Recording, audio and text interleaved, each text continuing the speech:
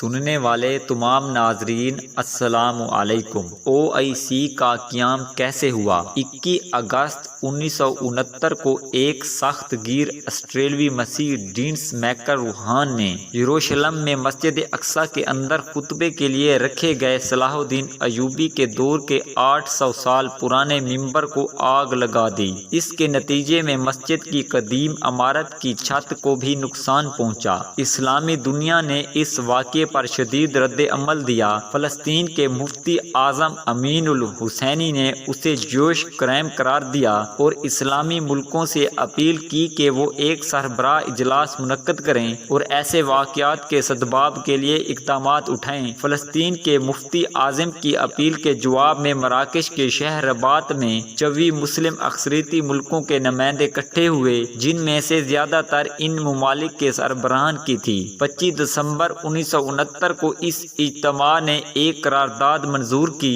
جس میں کہا گیا کہ اسلامی تعلیمات کی روشنی میں اقتصادی، سائنسی، ثقافتی اور روحانی شعبوں میں قریبی تعاون اور مدد کی راہ اختیار کرنے کے لیے مسلم حکومتیں آپس میں صلاح مشورہ کریں گی۔ یہ قرارداد اسلامی تعاون تنظیم یا اسلامی کانفرنس تنظیم کے قیام کا نقطۂ آغاز تھی۔ اس کے 6 ماہ بعد سعودی عرب کے شہر جدہ میں اسلامی مملکت کے وزرائے خارجہ کی پہلی کانفرنس منعقد ہوئی اور 1972 میں OIC کا ایک باقاعدہ تنظیم کے طور پر قیام عمل میں لایا گیا۔ وزرائے خارجہ کا اجلاس اور ہر 3 سال بعد سربراہ اجلاس منعقد ہونا طے پایا۔ OIC کے چارٹر میں کہا گیا کہ اسلامی اقتصادی اقدار کا تحفظ، آپس میں یکجہتی کا فروغ، سماجی، اقتصادی، ثقافتی، سائنسی اور سیاسی شعبوں میں تعاون کو فروغ، عالمی امن اور سلامتی کے قیام کے ساتھ ساتھ جدید تعلیم، خاص طور پر سائنس اور ٹیکنالوجی کو فروغ دی جائے گی۔